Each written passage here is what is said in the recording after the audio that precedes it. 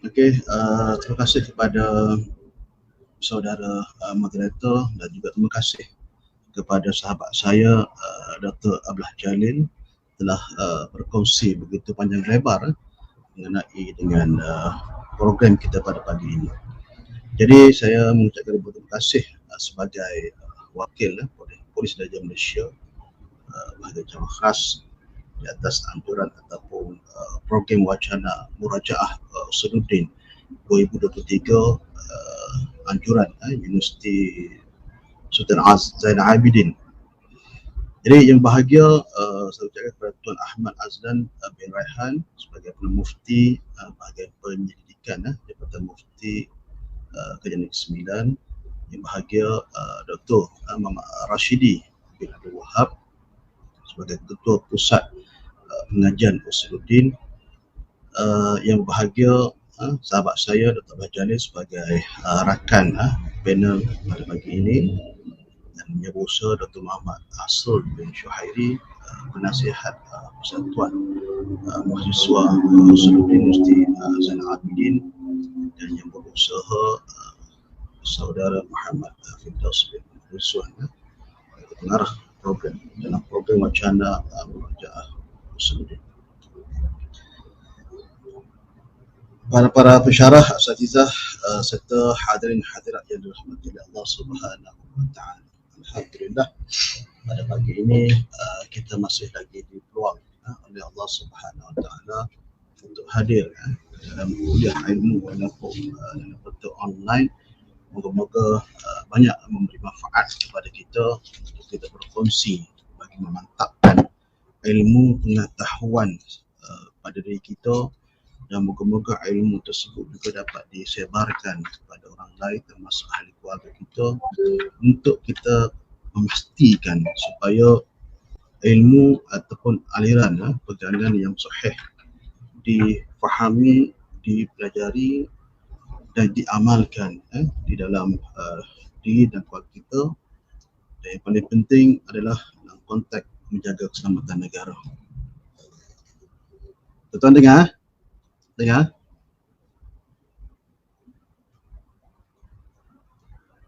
Dengar? Ya, dengar Ustaz. Okey, saya teruskan. Jadi pada pagi ini tajuk yang diberi kepada saya adalah kepentingan manhaj Ahlussunnah wal Jamaah dalam berdepani radikalisasi dan militansi.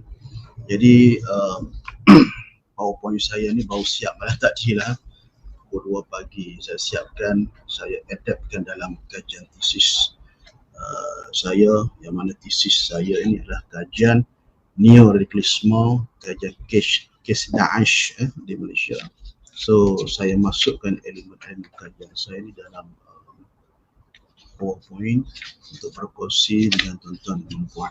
Sebenarnya saya tidak biasa sebenarnya untuk berkuliah online, dia sebab posisi kita bila berada dalam keadaan duduk ni dia berbeza apabila kita berdiri Jadi tak apalah tuan-tuan moga-moga pada pagi ini kita lebih pada kuliah santai sahaja tuan-tuan sebab saya pun tidak kenal siapa yang akses di dalam majlis ini, dan saya juga kena mengambil sikap berhati-hatilah.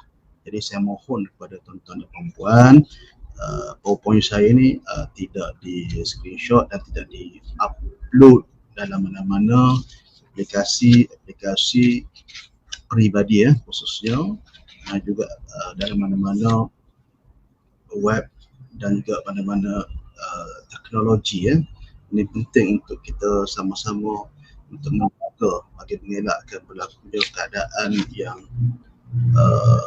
perdebatan di alam maya.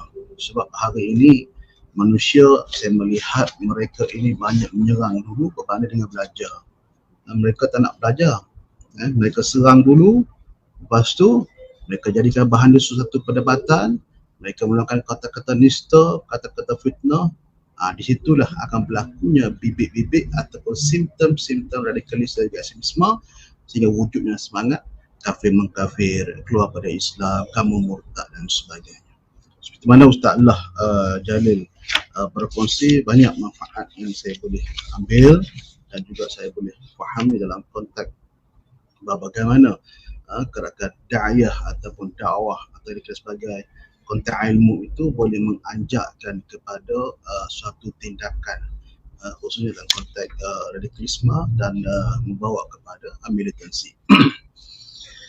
Jadi saya pergi kepada slide yang pertama, yakni saya perkenalkan diri. Saya DSP1 Ruzailan. Saya berkhidmat selama 18 tahun dalam bidang counterterrorism di Jawa Khas dan memiliki pengajian tertinggi di bidang masters di Universiti Utara Malaysia, Sintok Kedah, dan banyak terlibat dalam pelbagai program pemulihan deradikalisasi, intervensi yang membabitkan panduan anggota militan, orang tahanan militan sama ada lelaki maupun wanita, termasuk juga golongan foreign terrorist fighters FTF yang kita bawa balik dari negara luar setelah mereka mengalami masalah apabila pada perintah awalnya mereka nak berjuang untuk mati syahid. Itu dalam konteks kefahaman dia, tapi akhirnya tidak mati. Bila tidak mati, ditahan oleh pihak berkuasa dan hidup dalam keadaan gelandangan, makan minum sebagai tidak sempurna, penyakit banyak, dan mereka menghubungi ahli keluarga untuk balik ke tanah air dan kita menahan. Dan dalam masa yang sama kita juga melakukan proses pemulihan dan kita akan integratekan mereka ke dalam family. Ini adalah salah satu manhaj yang kita gunakan dalam konteks PDRM, yang mana kita tidak bersifat nak menghukum, kita lebih kepada preventif, untuk mencegah, kerana mereka juga manusia yang perlu diberi layanan yang cukup baik sebagai seorang manusia. Jadi bila dia balik, kita akan cuba pulihnya dalam konteks ideologi kefahaman yang sahih bagi memastikan mereka tidak lagi melakukan aksi-aksi seperti mana mereka berada di negara luar yang hidup dalam keadaan ekstrim, kerana setiap hari mereka ini bertembung, berkumpul dengan pelbagai mayat, senjata api, bom. Jadi environment mereka itu environment yang bersifat yang tidak kondusif, dan kita bimbang dan khawatir sekiranya kembali ke tanah air mereka ini cuba atau melakukan perkara-perkara yang boleh mendatangkan ancaman kepada keselamatan dalam negara. Jadi slide yang kedua, ini lebih pada skop atau agenda pembentangan pada pagi ini adalah merangkumi pengenalan tugas secara khas objektif.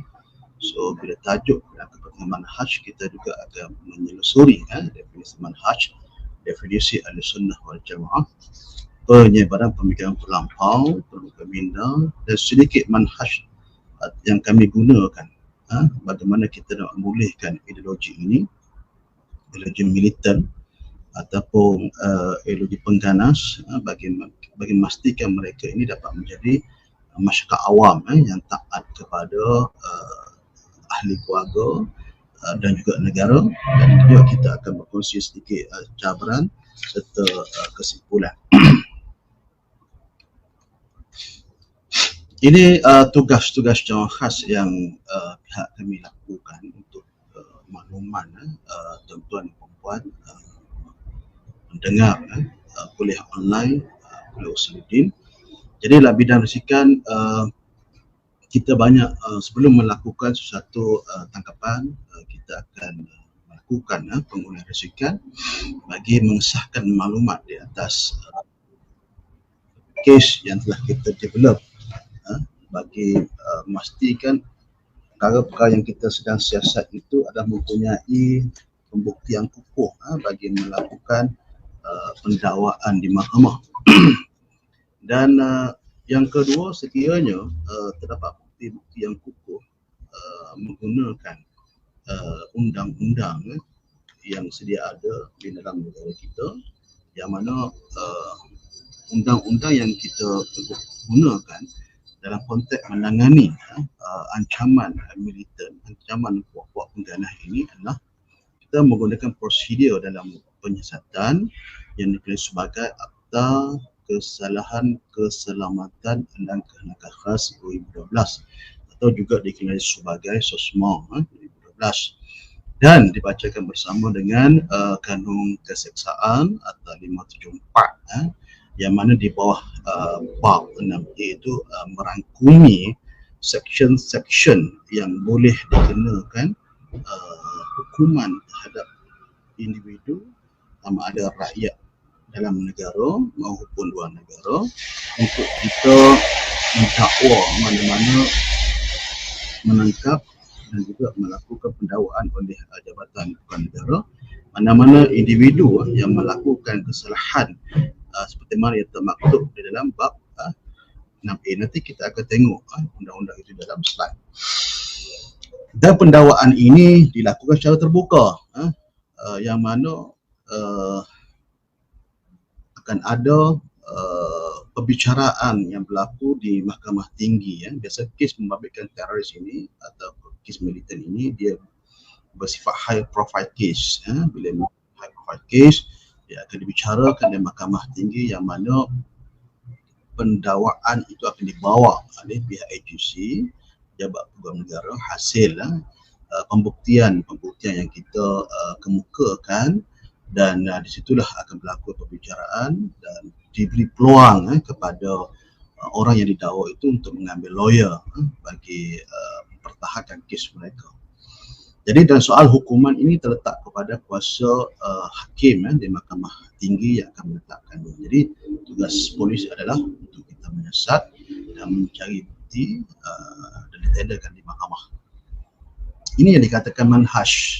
Bila sebut manhaj Ahlussunnah wal Jamaah dalam mendepani radikal ini, kalau tuan perhatikan, apabila mereka ini ditahan atau dijatuhkan hukuman di dalam penjara, jadi kita tidak boleh biarkan mereka berkeseorangan kerana setiap manusia ini dia akan ada satu culture shock yang mana perubahan persekitaran itu dah berubah. Dulu mereka berada di luar dengan hidup yang keadaan bebas, boleh berjumpa ahli keluarga, boleh bekerja, boleh kata makan angin dan sebagainya.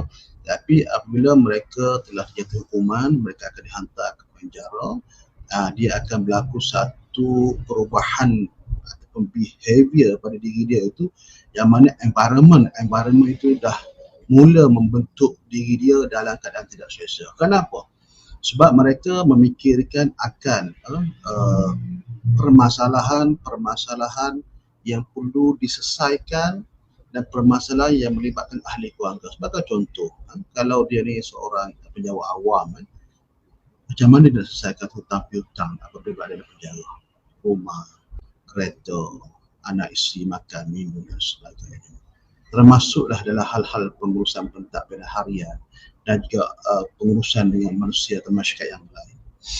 Yang kedua, dari sudut environment. Bila berada di dalam penjara, tuan-tuan akan berada dalam sel.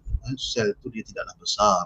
Ada yang ada duduk seorang satu sel dan keadaan kita nak mandi agak kurang selesa, tidak seperti berada di rumah. Jadi dia akan berubah. Di situ dia akan mula memberontak. Tapi memberontak ini dia memerlukan kemahiran, kepakaran daripada tim saya, bahkan contoh terorisme ini dan termasuk juga penjara. Bagaimana kita nak mengimbangkan pemikiran mereka supaya mereka tidak murung, mereka tidak berubah minda mungkin ke arah menjadi gila dan sebagainya. Kita dah biasa bebas pada tiba-tiba pada penjara. Jadi ini penting manhaj yang perlu kita bawa kepada mereka untuk merawati mereka supaya mereka ini dapat dipulihkan. So utama fokus kita adalah ideologi. Yang kedua, kita akan fokus dari sudut kebajikan di dalam penjara maupun di luar penjara. Begitu juga manusia. Kita juga akan pergi jumpa ahli keluarga untuk menyelami perasaan permasalahan dan kita akan cuba bantu setakat termampu sahaja. Khususnya dalam konteks makanan asasi, sebagai contoh kita kata beras ke, gula ke, telur dan sebagainya untuk makanan harian. Tapi tidak selalu Kerana kena faham bahawa kami di pihak Jawatan Khas ini bukannya sebuah badan kebajikan yang perlu diberi makan minum pada orang awam. Tugas kami adalah mungkin sambutan negara, tapi kaedah yang kami guna adalah dipanggil kaedah kebajikan ataupun direalisasi bersama dengan ahli keluarga. Jadi dalam masa yang sama juga kita di pihak PDR ini sering juga membuat satu kolaborasi dan juga panggil kerjasama dengan agensi-agensi seperti Pusat Zakat, Jabatan Kemajuan, Jabatan Kebajikan Masyarakat dan lain agensi NGOs yang boleh membantu setakat termampu dalam konteks meneruskan kelangsungan hidup.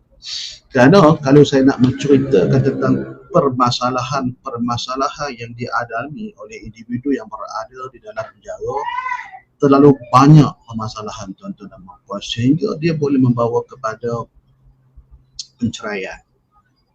Jadi bagaimana pihak kami cuba nak mengekalkan perkahwinan mereka tu supaya pemenjaraan yang telah dilangsungkan terhadap individu tersebut tidak berakhir dengan penceraian. Ini juga perlu dimainkan peranan oleh pihak kami bila kami berada di luar. Ini terlalu banyak nak dibicarakan hal-hal berkaitan ini, cuma saya bagi tahu secara umum supaya tuan-tuan dan puan-puan menghargai apabila diberi peluang oleh Allah Subhanahu Wa Taala ini berada di luar, duduk dengan keadaan elok, belajar, bekerja, cari makan, jangan sesekali terlibat dalam perkara-perkara yang boleh melanggari undang-undang negara kerana natijahnya cukup besar pada diri tuan-tuan. Dalam konteks relaksasi ini untuk makluman tuan-tuan, kita ada 3 elemen. Yang pertama reintegrasi, pemulihan dan juga pemantauan. Nanti saya akan olah melalui gambar rajah. Slide saya tak banyak, juga 48 slide sahaja. Dan ini untuk tetapan tuan-tuan dan puan. Saya tidak memasukkan terlalu banyak gambar-gambar yang bersifat operasi sebab saya tidak kenal tuan-tuan. Kalau tuan-tuan jemput dari sudut dan dewan yang secara live saya bernampak betul senang. Bila keadaan macam ni saya kena agak beringat-ingat lah sebab saya tak kenal dan tidak menyaksikan muka tuan-tuan. Ini objektif dia tuan-tuan, untuk yang pertama adalah untuk mencegah dari terlibat semula dalam dunia militan. Yang kedua untuk memperbetulkan salah faham dan salah tafsir ideologi militer secara berhemah dan juga berharmoni. Dan yang ketiga tengok bagi memastikan semangat ukhuwah di antara pegawai pemilih dengan kumpulan militer atau individu militer. Dan yang akhir sekali manhaj yang kita guna ialah untuk mengintegrasikan semula ke dalam masyarakat arus perdana. Jadi apabila tajuk itu kepentingan manhaj, perlu kita memahami apa makna manhaj ataupun dikenal sebagai minhaj. Bahasa umumnya kita tengok ada satu aliran ataupun jalan yang jelas ataupun terang dan dikatakan untuk jalan yang lurus, sunnah Nabi SAW, atau juga boleh dikatakan sebagai jalan lurus yang mengikuti golongan salafus salih. Ini secara umumnya.